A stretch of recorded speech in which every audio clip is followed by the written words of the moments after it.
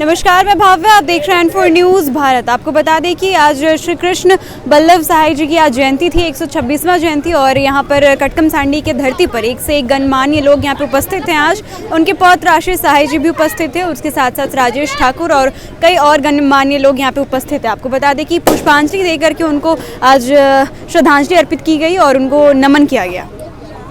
देखिए, हम लोगों के पुरोधा थे, कद्दावर नेता थे, पूर्व मुख्यमंत्री थे, और उनकी आज जयंती स्वर्गीय कृष्ण बल्लभ साई जी की थी और उसमें इतना बड़ा आयोजन किया गया।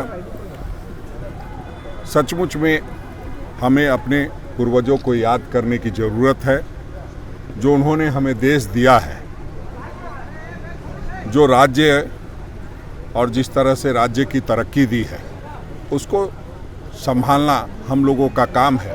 हम जो बात कर रहे थे, ये कह रहे थे कि किस तरह से देश को बांट करके फूट डालो, राज करो वाले पद्धति पे देश चला गया है, और कहीं ना कहीं जो धर्म की चाशनी चटा करके लोगों में विभेद पैदा करके और उसका मतों का ध्रुवीकरण करा करके लोग उसका फ़ायदा उठाना चाहते हैं। वैसे में हम सभी जिम्मेदार नागरिकों की जिम्मेदारी है कि पूरी तरह से सोच समझ करके सभी बातों पर फैसला ले। जिस तरह से आपने देखा है कि सिर्फ और सिर्फ जो गैर भाजपा शासित राज्य हैं, उन्हीं के मुख्यमंत्रियों पर ईडी पूरी तरह से लगी हुई है। तो ईडी को हम लोग स्वतंत्र संस्था के रूप में जानते हैं।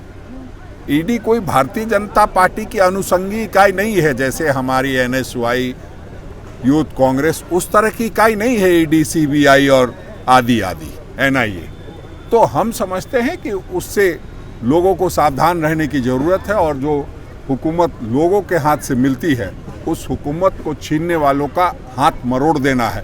उसके लिए हम लोग आगे बढ़ रहे हैं। अभिषेक उस पीढ़ी का नौजवान नेता निकला है जिन्होंने कृष्ण बल्लभ साई की जयंती मना के, हम जो इतिहास है, सच्चाई है बिहार का, कि जमींदारी उन्मूलन और प्रशासनिक क्षमता के प्रतीक रहे वो, इतना कड़ा प्रशासक रहे, और उसके चलते जो एक पूरा गरीबों में, भूमिहीनों में जो लोगों को ज़मीन मिला, ये बहुत बड़ा देन था उनका।